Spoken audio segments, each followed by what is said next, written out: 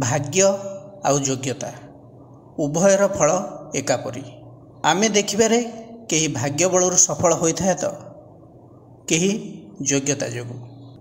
किंतु मने रखिबा उचित भाग्य बलरू सफल हेबारे कौनसी निश्चितता नथिबा बेले योग्य व्यक्ति आज नहेले काली निश्चित सफल हेबो। तेणु योग्य हुओ, सफलता तुम पछे पछे आसीबो। नमस्कार बंधुगण, मु सागर कलाकार सागर संगम यूट्यूब चैनल को आपण मानक स्वागत जनाऊँ।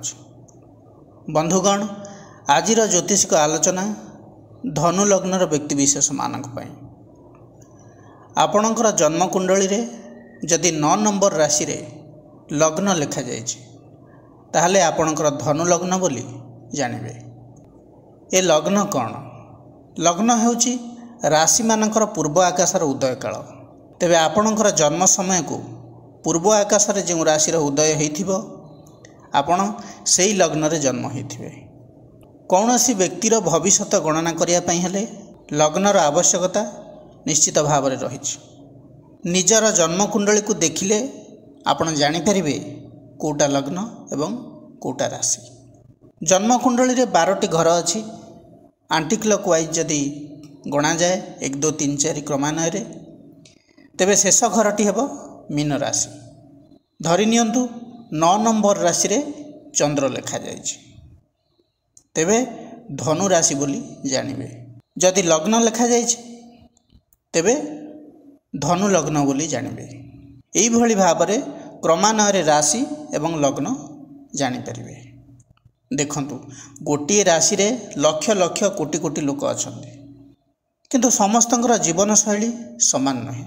शिक्षा, स्वास्थ्य, आर्थिक स्थिति, कर्म परस्पर ठारू भिन्न।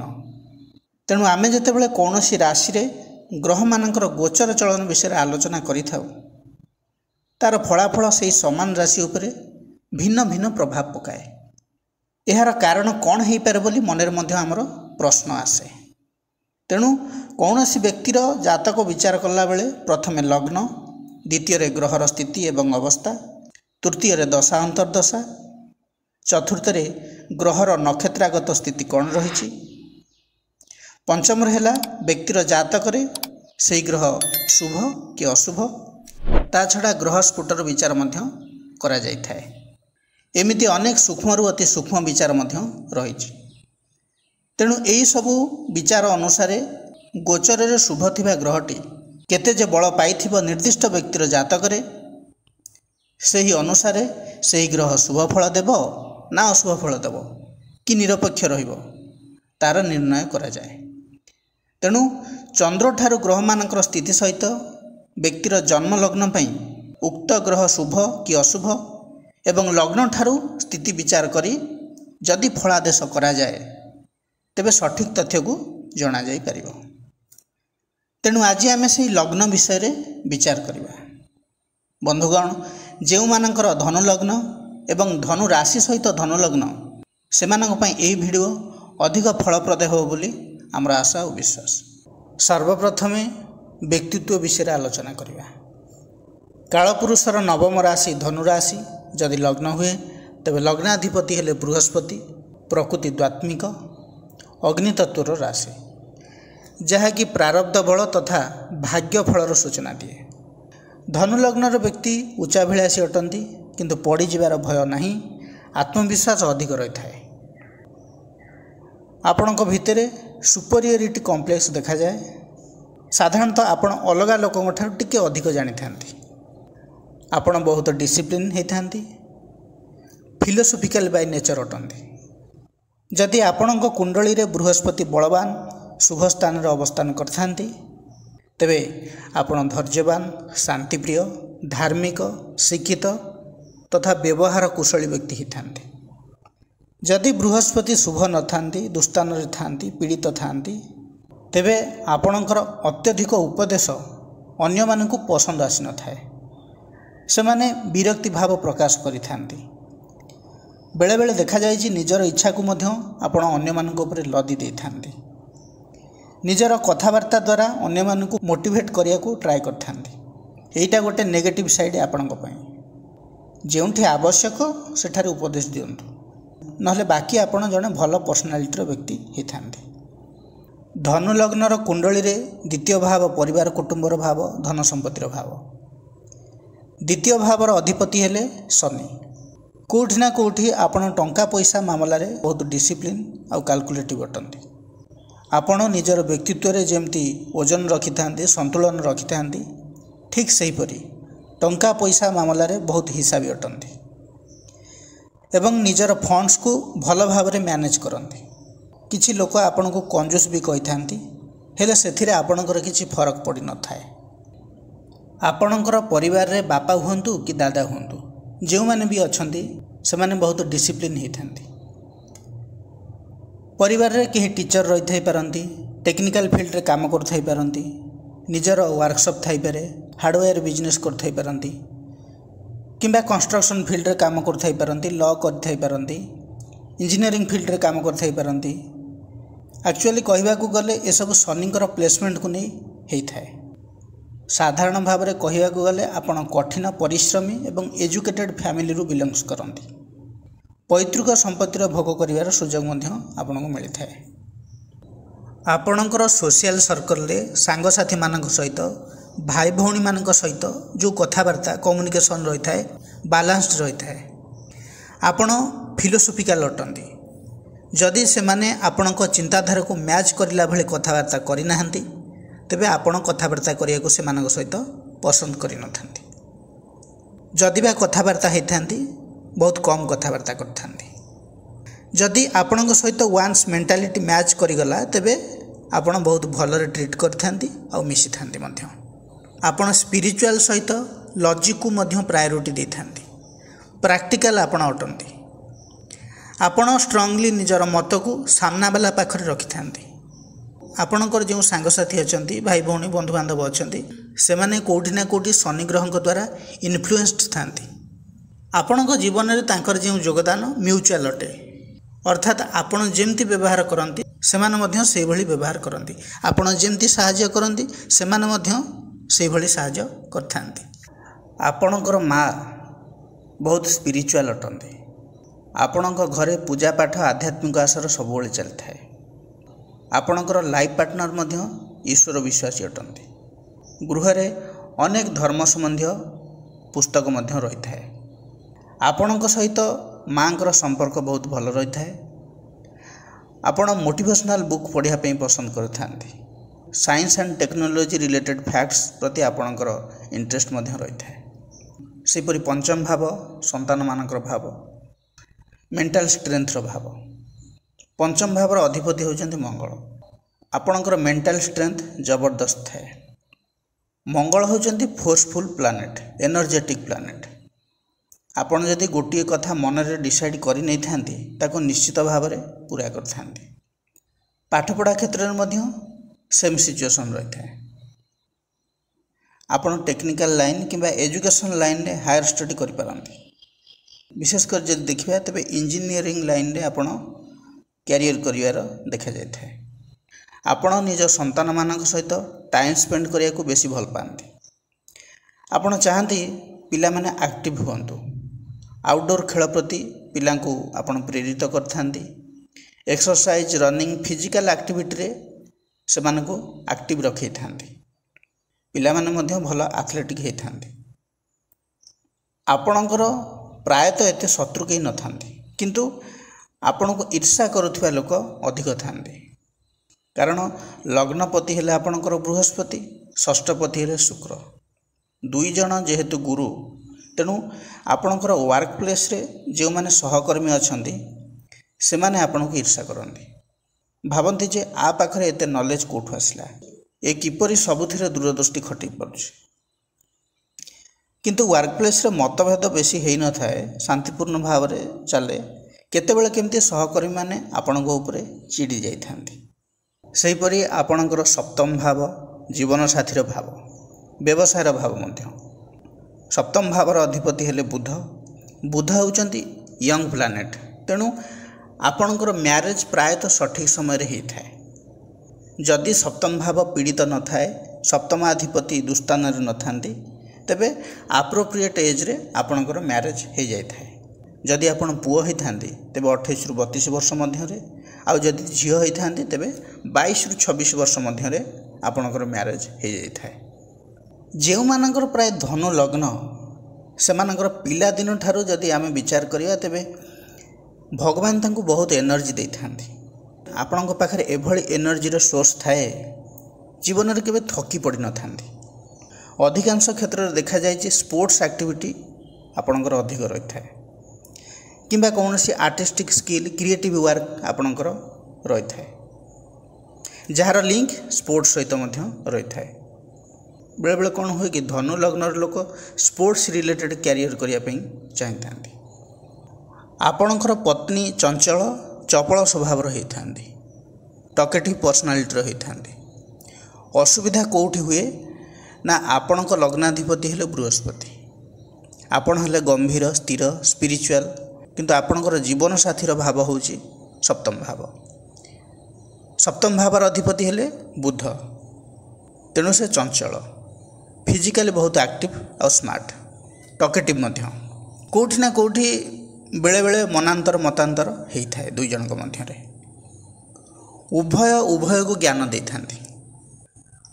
आपणकर जीवन साथी एजुकेटेड होती सर्विस भी करते teacher bankers accountant financial related work रे रही थई पारंती किंबा जड़े भल बिजनेसमैन हो पारि। आपणकर जीवन साथी दूरदृष्टि संपन्न होती। आपणकर लग्न को अष्टम भाव कर्कट राशि राशियाधिपति हेले चंद्र। यही भाव मध्य ससुर घर को इंडिकेट करुछि। आपणकर ससुर घर सहित संपर्क रे फ्लक्चुएसन रही थाए। मेंटाली तो आपण अटैच थांती कनेक्ट थांती किंतु इमोशनली आपण को ससुर घर तरफ कष्ट मिलता है। मोटामोटी भाव में कहू गले एते डीपली संपर्क न थाए ससुर घर सहित। सेपरी आपणकर नवम भाव है सिंह राशि धर्मर स्थान पितांकर स्थान भाग्य भावर स्थान। नवमाधिपति हेले रवि। आपणक गृह रे बापांकर प्रभाव अधिक रही थाए। सबकिछि डिसिप्लिन सहित रूल रेगुलेशन सहित चली थाए। आपणकर बापा अनुशासन प्रिय प्रतिष्ठा उपर गुरुत्व दे थांती।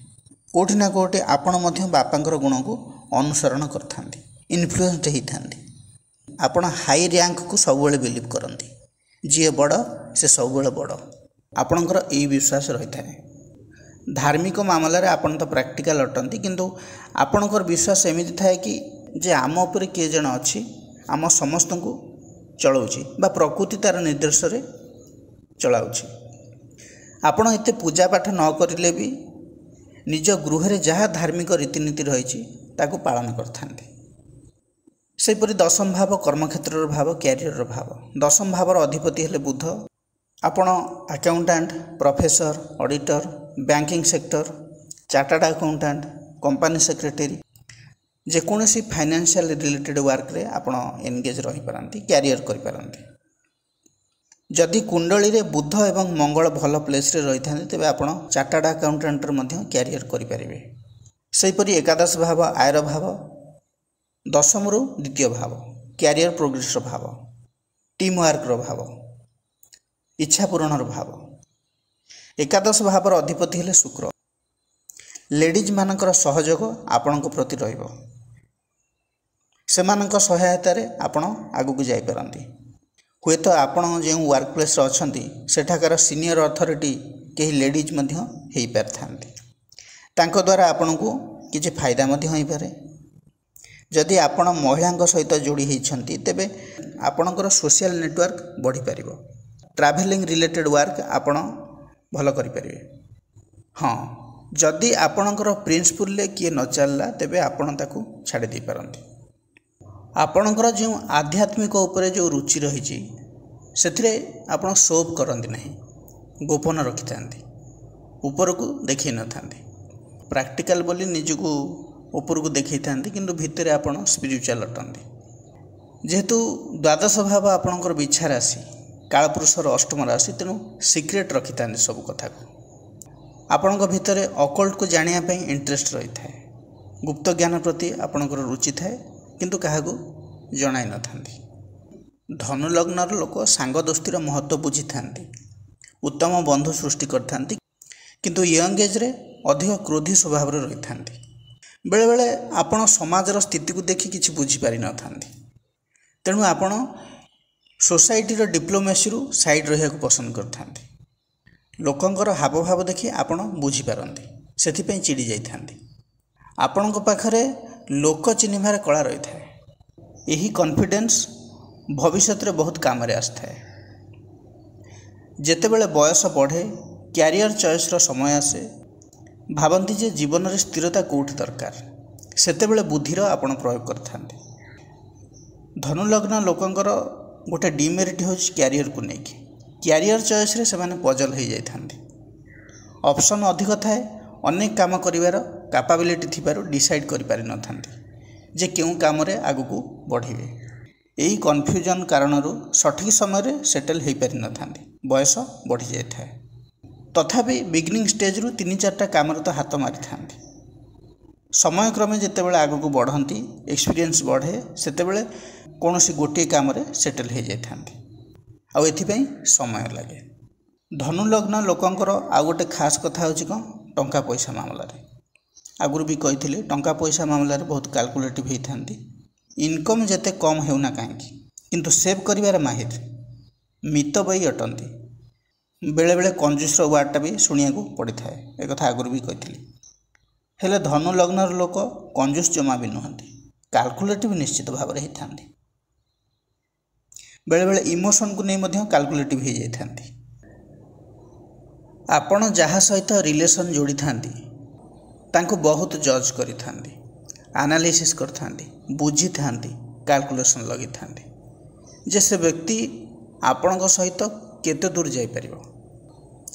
ଏହି ରୁଲ୍ କେବଳ ଜୀବନସାଥୀ ଉପରେ ନୁହଁ, ସମସ୍ତଙ୍କ ଉପରେ ଲାଗୁ ହୋଇଥାଏ। ସେଥିପାଇଁ ଆପଣଙ୍କର ଯେଉଁ ଫ୍ରେଣ୍ଡ ସର୍କଲ୍ ରହିଛି, ଅଧିକ ମିତ୍ର ନଥିଲେ ବି ଯେତିକି ମିତ୍ର ଥାଆନ୍ତି, ବନ୍ଧୁ ଥାଆନ୍ତି, ନିର୍ଭରଯୋଗ୍ୟ ଆଉ ବିଶ୍ୱାସୀ ବନ୍ଧୁ ଥାଆନ୍ତି। ହଁ, କିନ୍ତୁ କଣ୍ଟାକ୍ଟ ଅନେକଙ୍କ ସହିତ ରହିଥାଏ ଆପଣଙ୍କର, ହେଲେ ଅତି ଘନିଷ୍ଠ 3-4 ଜଣ ରହିଥାନ୍ତି। ଆପଣଙ୍କର ଧନୁଲଗ୍ନ ହୋଇଥିବାରୁ ଆପଣ ଜୀବନସାଥୀଙ୍କ ସହିତ ସବୁ କଥା ତ ସେୟାର କରିଥାନ୍ତି, କିନ୍ତୁ କିଛି କଥା ମଧ୍ୟ ଡେରିରେ କହିଥାନ୍ତି। କାହିଁକି ନା ସାମ୍ନାବାଲା କଥାକୁ ଗ୍ରହଣ କରିବ କି ନାହିଁ, ମ୍ୟାନେଜ୍ କରିପାରିବ କି ନାହିଁ। କହିବାର ତାତ୍ପର୍ଯ୍ୟ ହେଉଛି କ'ଣ ନା, ଧନୁଲଗ୍ନର ବ୍ୟକ୍ତି ସମୟ ଅନୁସାରେ ନିଜର ପର୍ସନାଲିଟିରେ ବହୁତ ପରିବର୍ତ୍ତନ କରିଥାନ୍ତି। ଯେଉଁ ଲୋକମାନେ ଆପଣଙ୍କୁ ପିଲାଦିନେ ଦେଖିଥିଲେ, ୟଙ୍ଗ ଏଜ୍ରେ ଆପଣଙ୍କୁ ଦେଖିଥିଲେ, ବର୍ତ୍ତମାନ 40-45ରେ ଦେଖୁଛନ୍ତି, ବିଲିଭ୍ ବି କରିପାରିବେନି ଯେ ଆପଣ କେତେ ବଦଳି ଯାଇଛନ୍ତି। ଭାବିବେ ଯେ ସବୁ କଥାରେ ରାଗୁଥିବା ବ୍ୟକ୍ତି ଶାନ୍ତ କେମିତି ହେଲା, ସବୁ କଥାରେ ନିଜର ମତାମତ ରଖୁଥିବା ବ୍ୟକ୍ତି ପଛେଇ ଯାଉଛି କାହିଁକି। ହେଲେ ଆପଣ ତ ବୁଝି ଯାଇଛନ୍ତି ଯେ ଯେଉଁ ଜାଗାରେ କିଛି ଆବଶ୍ୟକ ନାହିଁ, ସେଠାରେ ଏନର୍ଜି ଖଟେଇବାର କିଛି ମୂଲ୍ୟ ହିଁ ନାହିଁ।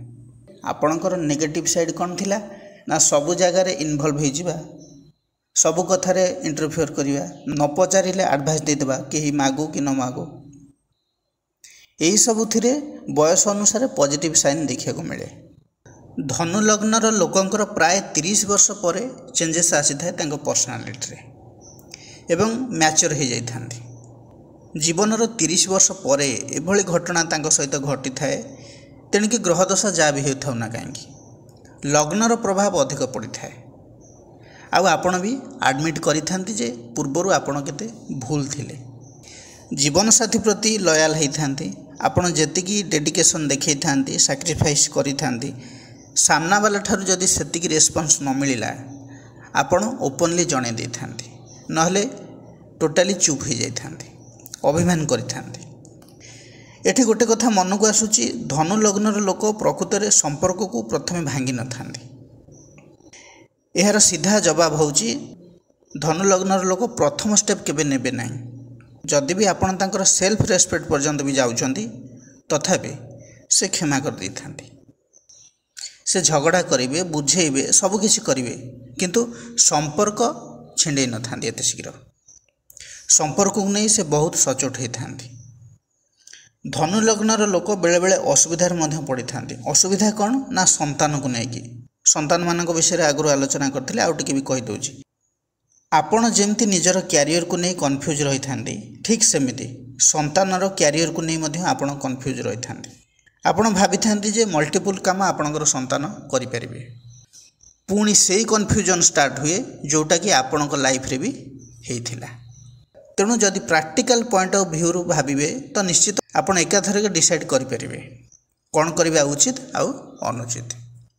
ହଁ, କିଛି ସ୍ୱପ୍ନ ଏମିତି ରହିଥାଏ ବାପା ମା' ମାନଙ୍କର, ନିଜ ସନ୍ତାନମାନଙ୍କ ମାଧ୍ୟମରେ ସେ ସ୍ୱପ୍ନ ସବୁ ପୂରଣ ହେଉ ବୋଲି। କିନ୍ତୁ ଧନୁ ଲଗ୍ନର ଲୋକ ଏଠି ଗୋଟେ କଥା କହିବି ଆପଣଙ୍କୁ, ନିଜର ସ୍ୱପ୍ନକୁ ଟିକେ ସାଇଡ଼୍ କରନ୍ତୁ।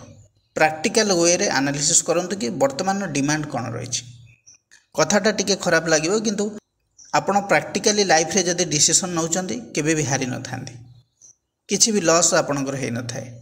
ହେଇଥାଇପାରେ ଆପଣଙ୍କର ସ୍ୱପ୍ନ ଅଲଗା, କିନ୍ତୁ ପରେ ସେଇଟା ପୂରଣ ହେଇପାରିବ। କିନ୍ତୁ ପ୍ରଥମେ ଯାହା ଡିମାଣ୍ଡ ଅଛି ତାକୁ ଆପଣ ପୂରଣ କରନ୍ତୁ। ବେଶୀ ଭାବନ୍ତୁ ନାହିଁ ଯେ ଆପଣ ସନ୍ତାନଙ୍କୁ ନେଇ ବହୁତ କିଛି କରିପାରିବେ, ପଢ଼େଇ ଦେବେ, କ୍ୟାରିୟର କରେଇଦେବେ। ପ୍ରାକ୍ଟିକାଲି ବୁଝିବାକୁ ଚେଷ୍ଟା କରନ୍ତୁ କି ସନ୍ତାନର ରୁଚି କ'ଣ ରହିଛି, କେଉଁଥିରେ ସେ ଷ୍ଟ୍ରଙ୍ଗ ଅଛି, କୌଣସି କାମ କରିବା ପାଇଁ ସେ କେତେ କାପାବୁଲ୍, ମେମୋରି ପାୱାର କେମିତି ଅଛି, ନିଜର ଆତ୍ମବିଶ୍ୱାସ ଅଛି ନା ନାହିଁ। ସେହି ହିସାବରେ ନିଜର କ୍ୟାରିୟର ସେ ବାଛିବ। ହଁ, ଆପଣ ତାକୁ ଖାଲି ଗାଇଡ଼ କରିବେ। ଏଇଟା ବି ବୁଝିବାକୁ ପଡ଼ିବ ଆପଣଙ୍କୁ ଯେ ଆପଣଙ୍କ କୁଣ୍ଡଳୀର ଗ୍ରହସ୍ଥିତି ଆଉ ସନ୍ତାନ କୁଣ୍ଡଳୀର ଗ୍ରହସ୍ଥିତି ସମ୍ପୂର୍ଣ୍ଣ ଅଲଗା। ପର୍ସନ୍ ଟୁ ପର୍ସନ୍ ଭ୍ୟାରି କରିବ। ଆପଣଙ୍କର ଗ୍ରହଚକ୍ର, ରାଶି, ଲଗ୍ନ, କୁଣ୍ଡଳୀ, ଆପଣଙ୍କର ଚିନ୍ତାଧାରା ସବୁ ଅଲଗା। ସେହିପରି ପିଲାର ମଧ୍ୟ ଅଲଗା। ସମ୍ପୂର୍ଣ୍ଣ ମ୍ୟାଚ୍ କରିବା ସମ୍ଭବ କେବେ ବି ନୁହଁ।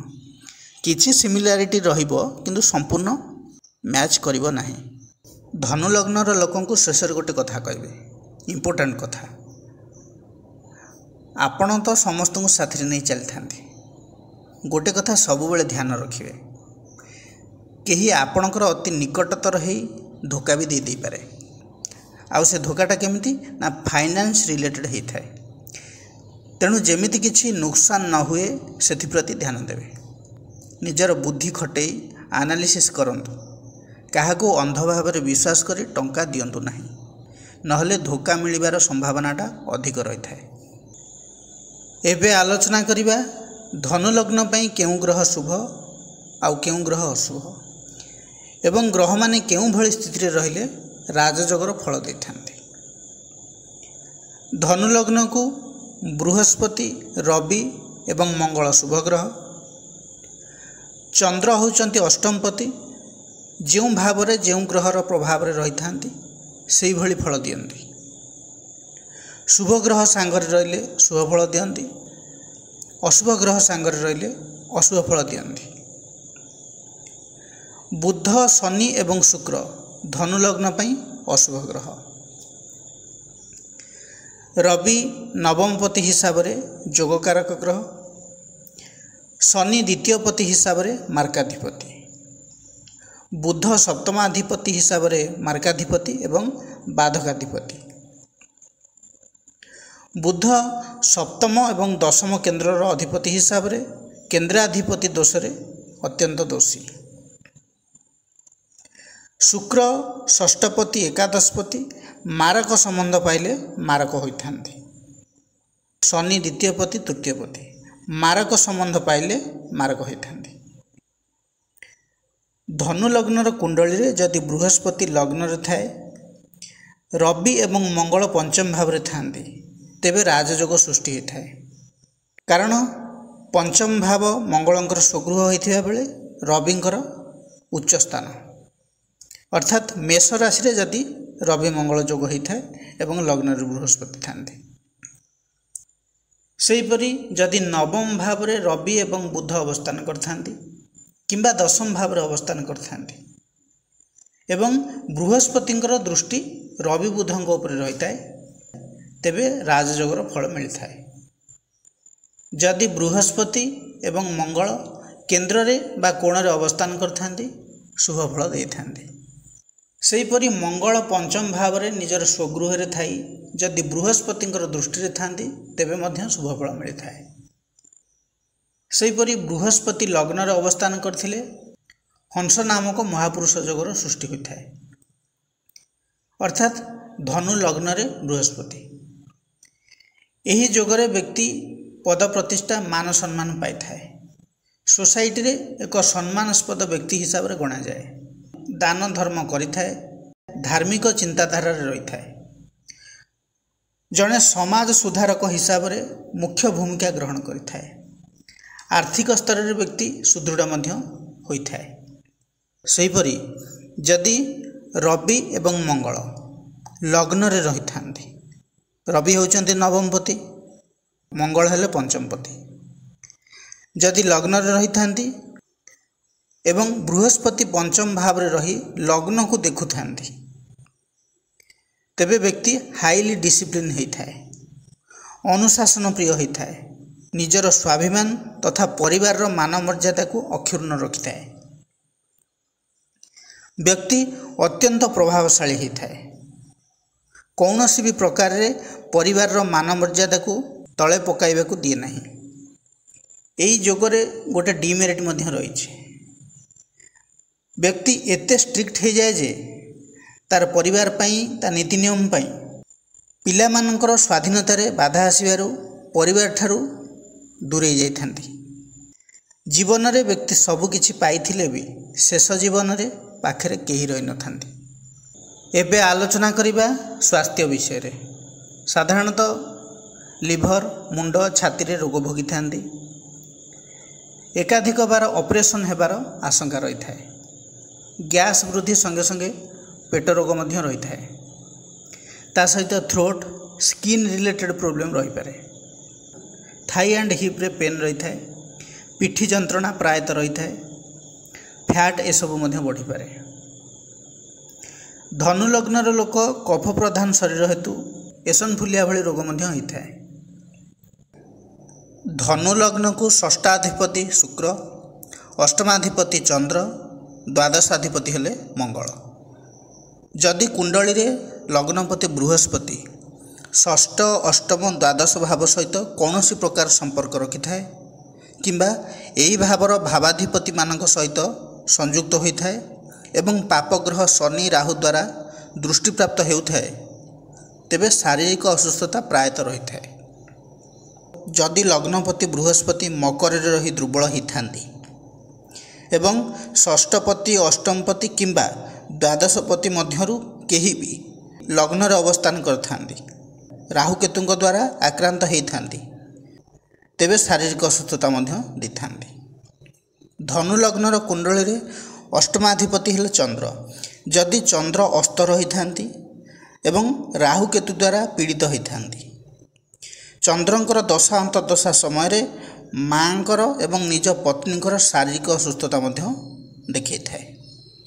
जदि चंद्र षष्ठपति सहित संपर्कित रही थांती, तेबे व्यक्ति मेंटल डिजॉर्डर, डिप्रेशन रो शिकार होई थाए।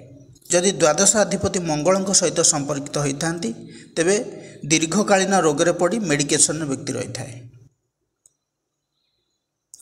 धनु लग्न रो कुंडली रे जदि लग्नपति बृहस्पति अस्त रही थाए, दुस्थानस्थ रही थाए, शुक्र सहित संपर्कित रही थाए, शुक्र जातक को षष्ठपति,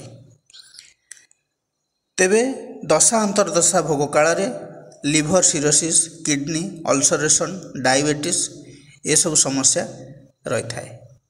धनु लग्न कुंडली रे जदि द्वादशाधिपति मंगल अस्त रही थांती एवं शुक्रंक सहित संपर्कित होई थांती एवं राहु केतु द्वारा दूषित होई थांती, रक्त विकार, स्त्री मानकर मासिक धर्म रे अनियमितता रही थाए, यूरिनरी ट्रैक इन्फेक्शन होई थाए, डायबिटीज होई थाए, यूट्रस कैंसर होबार मध्य संभावना रही थाए। ता सहित जानवाहन जनित दुर्घटना रही थाए। व्यक्ति दीर्घकालीन रक्तजनित समस्या रे पड़ी मेडिकेशन रही थाए। दुर्घटनार शिकार होई बहु अर्थ खर्च हो जाए थाए। एबे आलोचना करिबा शिक्षा, बिजनेस और प्रोफेशन विषय रे। जदि शिक्षा विषय कहबी तेबे धनु लग्न को पंचम भाव शिक्षार भाव एवं नवम भाव उच्च शिक्षार भाव, ता सहित चंद्रर बलाबल एवं लग्नर स्थिति को मध्य देखिया पड़िबो। जदि एही भावर ग्रह माने बलवान थांती, एही भाव पाप प्रभावित न थाए, तेबे शिक्षा क्षेत्र रे कौनसी असुविधा हेई न थाए। शिक्षा क्षेत्र रे व्यक्ति सफल होई थाए। प्राथमिक शिक्षा ठारू आरंभ करी उच्च शिक्षा क्षेत्र में भी पारदर्शिता हासिल करथाए। जदि धनु लग्नर कुंडली रे पंचमपति पीड़ित थाए, पाप प्रभावित थाए, पंचम रे राहु अवस्थान करथांती किंबा पंचम रे चंद्र सहित राहु एकाठी थांती, चंद्र दुर्बल रही थाए, व्यक्तिर पाठ पढ़ारे बाधा सृष्टि होता है, प्राथमिक स्तर रे शिक्षार उन्नति करि पार न थाए, मानसिक स्तर रे व्यक्ति दुर्बल होता है, फिकिल माइंडेड होता है, पाठ पढ़िया को इच्छा करि न थाए। सेहीपरि जदि कुंडली रे नवमपति एवं पंचमपति एकाठी पंचम भाव रे, नवम भाव रे किंबा दशम भाव रे अवस्थान करथांती, तेबे व्यक्ति शिक्षा क्षेत्र में सफल होगा सहित निश्चित भाव रे जॉब करिथाए। नवमपति हेले रवि, लग्नपति हेले बृहस्पति।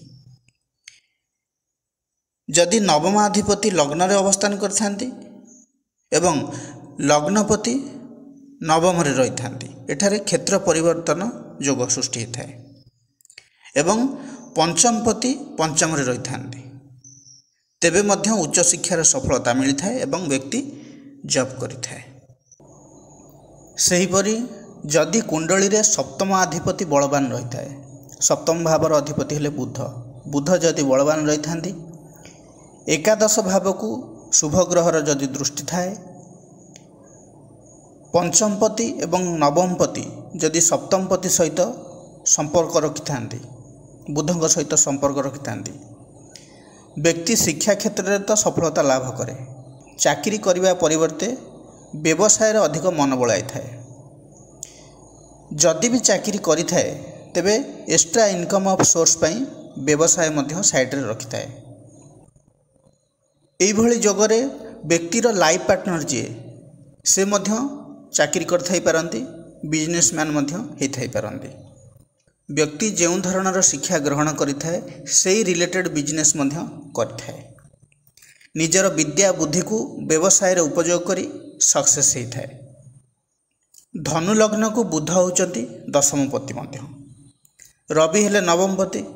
रवि बुध जदि सप्तम रे थांती एवं सप्तम को शुभ ग्रहर दृष्टि थाए, तेबे व्यक्ति व्यवसाय ही करिथाए।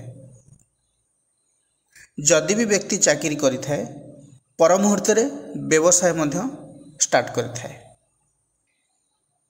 एबे आलोचना करिबा बिजनेस और प्रोफेशन विषय रे। धनु लग्न पई बेस्ट कैरियर ऑप्शन कौन हो पारिबो?